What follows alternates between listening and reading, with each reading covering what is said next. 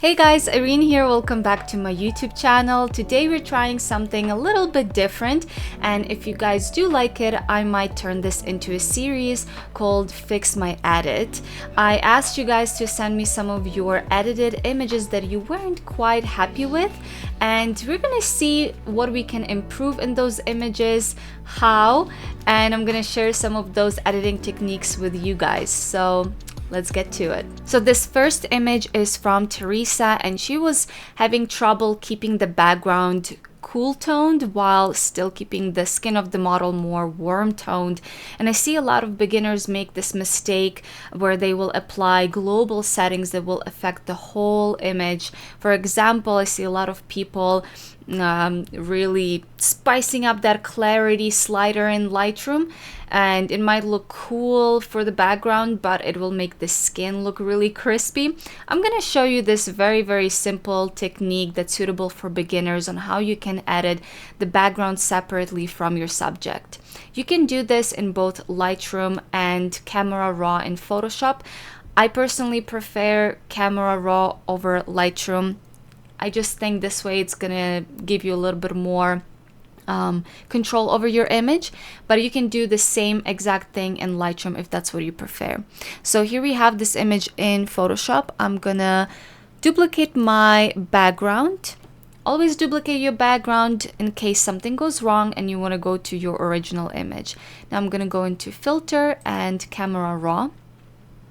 Okay, so now we have our Camera Raw, and you will find the same exact sliders and settings in your Lightroom. Camera Raw is pretty much like your Lightroom inside of Photoshop, which is pretty cool. So here on this side, you'll see there's the edit, and here this symbol is for masking. So you want to press masking. What's really cool about new upgraded Lightroom is that it's very smart and it will do all the masking for you. So here you can already create a new mask, and it's going to automatically select the subject, sky, or background. We're going to select the background because that's what we want to change. So we're going to go ahead now and change the temperature of the background. So we're going to drag it to the side to make it a lot more cool. That way the purple and the green really stands out, looks really nice. We can also tint it to green just a little bit. That looks great. Maybe give it a little bit more saturation. I often like to darken it just a tiny bit and maybe flatten it just a little bit. So I'm gonna lower the highlights just a bit. This way the subject is gonna stand out against the background even more. Let's make it saturate a little bit more. That looks great. We can also play a little bit with the curve here. Let's make the green a little bit more greener. So I'm gonna select a green channel here. Bring it up just a little bit like that. And then go to blue and maybe bring the blue just a little bit. Okay, I think that looks pretty good. Let's see the before and after. That looks great. And we're just gonna press OK. So now this all be saved on this different background copy. And again, here's the before and after. This is the most simple way of how you can edit your subject separately from the background. Here's our second image. Really like this one. There's not much that we're gonna improve here, but I really want to show you the power of how small, tiny little details are gonna transform the whole image. We're gonna be mostly using some generative fill here, and I'm gonna again just copy my background layer just in case I do something that I don't like and I want to go back. I'm gonna go ahead and take out the back of the necklace here. It just makes it look a little bit messy, and also in my opinion takes us out of that like fairy tale look, because it makes it look a little bit too modern, too real. So we're gonna take that out. And again, nowadays we are so lucky to have something like generative fill, which is gonna do pretty much all the work for me. All I'm going to do is select the area that I want to get rid of with the lasso tool. So I'm just getting rid of this chain over here. And I'm gonna right click on it and press generative fill. I'm not putting anything in the prompt. Photoshop actually does not want you to put anything in the prompt. So the very first time I do it, I never write anything. And then if it's not really getting exactly what I need, then I try putting in some words that might help Photoshop understand what exactly I want. But we're just gonna leave it empty, and I'm just gonna press generate. All right, so here are a few options. This last one did exactly what I wanted. So let's zoom out just a little bit and see the before and after on that. That already just makes it look so much more tidy, right? There's a few more things that we can improve though. This little part of the hair where I can see her real hair peeking from the wig is also taking me out of that fantasy, right? So I'm gonna also just again grab my lasso tool. I'm gonna grab this whole area. You can grab this whole area right here. And again, first I'm just gonna put generative fill without putting anything in. And if it's not giving me the results that I want, I can play around with some wording like maybe add hair. But let's see what it comes up with. All right, so yes, it's not giving us exactly what we want. So I'm just gonna go ahead and put add hair into the prompt. Okay, let's see. That's still not giving us exactly what we want. Okay, sometimes selecting the area that's too big makes it confused as well. So let's do this instead. I'm gonna grab just this little piece right here and then press generative fill and generate. I might have selected an area that was just a little bit too big. Sometimes it works perfectly and sometimes you have to give it a few tries. Okay, that's already better. It's getting there. Let's try add hair. Alrighty, there we go. This is what I wanted. The first one is perfect. It added the hair just exactly where I wanted. Okay, and I'm gonna again merge it with this background layer. Okay, now I noticed that her eyebrow is just a little bit uneven. So what I'm gonna do, I'm gonna go into my spot healing brush, and on the mode I'm gonna go lighten. So with the lighten mode, if I'm going over some areas, it's gonna brighten them up pretty much. But I like to use the modes because I find it to be a little bit more soft than just a normal mode. So I'm just gonna go ahead around the eyebrow and just try to make it more symmetrical. Even the areas that are a little bit dark, like there's a spot here that's just a little bit dark. I'm just kind of going over it to make it less dark. We're gonna also take out this spot right here. And look at this. And then I'm gonna change it to darken. And now I'm gonna go again just around some areas where I want to darken just a little bit. I'm gonna go back to lighten. I just kind of go back between both of them and again try to even out the eyebrow little by little. Again, the small details, they all kind of pile up together in the end to give you a really, really nice result, a natural result as well. So do not underestimate the power of changing small details in your photography. There's a little bit of this like eyelash here, but it doesn't really register as an eyelash to me. Okay, so we're just gonna clean up around the eye just a little bit as well. Just again making it really nice and sharp. Alright, that looks great. Maybe just a few more strands over here that look a little bit strong. I'm just trying to kind of blend everything nicely. So I'm still using the lighten mode on my brush. Okay, let's look at this. So that's already looking much, much better. Just looks more polished, right? Okay, and now the last thing I'm gonna do here is do just a little bit of dodge and burn. Again, the skin actually looks very soft, but there's just few areas that, in my opinion, again, would make it just a little bit more fairy tale looking. So I'm very quickly gonna do some, again, dodge and burn.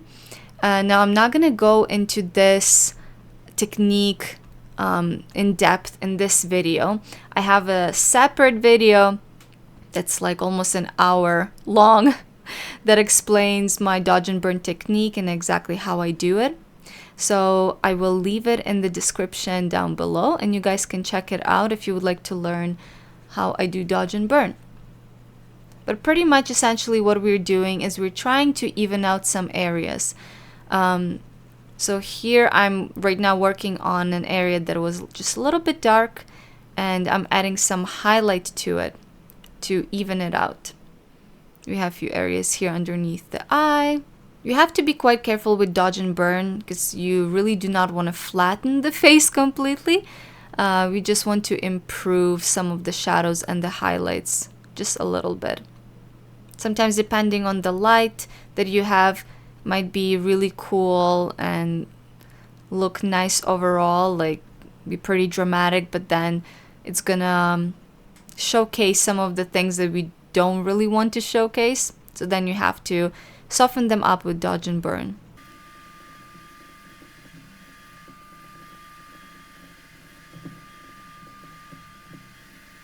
All right, I think that's it for the dodge and burn. I don't want to do too much in here.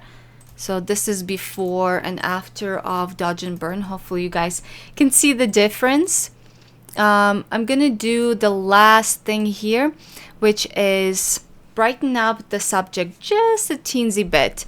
I do think it looks pretty nice. She's almost like blending with the background, but I want to brighten her up just the tiniest bit. So I'm gonna create a adjustment layer with levels, and I'm gonna brighten up and give it just a little bit more contrast. That's it, just the tiniest bit. I'm gonna invert that layer with Control I, and then I'm gonna paint that only where I want it painted, which is just the model's face, just to brighten that area up just a little bit. And this is the before and after on that. You know what, let's do one more thing. I'm going to brighten up the eye just the tiniest bit. So I'm gonna go to, again, adjustment layers. We can use a level, we can bring the highlights up quite a bit. Control I to invert, grab my brush, and now I can paint that only to the areas that I want. And we're gonna paint this onto the eye. See, that kind of brightens up that glimmer in the eye just a little bit more. Can also apply this to maybe a few more spots on the face. Okay. All right, yeah, that looks really nice. That looks great. I'm just gonna merge everything into one layer just to show you our before and after. So this is the before and this is the after. And you can see how just fixing few little details makes the whole image looks a little bit more polished, a little bit more intentional, and kind of transforms you into this world that's a little bit more fairy tale than our regular world, right? Which I think is what the author was trying to do with this image, you know, where we have the pink hair and the beautiful flowers. It looks all very ethereal. So yeah, just this is how much power the small details actually have. Okay, so this next image was taken with a more wide lens. I'm assuming maybe something like a 35, 24, 28 millimeter, and it was taking just a little bit more from like the top. So what's happening here is that because of an angle of the lens and because of how wide the lens is, we warped the image just a little bit where her legs now look quite short against her body. This is how I fix like a wrong angle on the image. I go into filter and we go into lens correction. And with the lens correction, I go to custom right here. And then you can change here the vertical and horizontal perspectives. So with the vertical perspective, see, I can kind of flip the image this way. I can flip it even more this way. We want to flip it this way, right? So it kind of just, hopefully you understand, it's kind of like bending the image vertically. So yeah, if we bend the image this way, it's gonna give us slightly better proportions on the model. But what also happens is that a portion of the image is now being cropped, right? Which we do not want to do. We want to keep the whole image. So I'm just gonna cancel this out. And before I do anything, I'm gonna go into crop.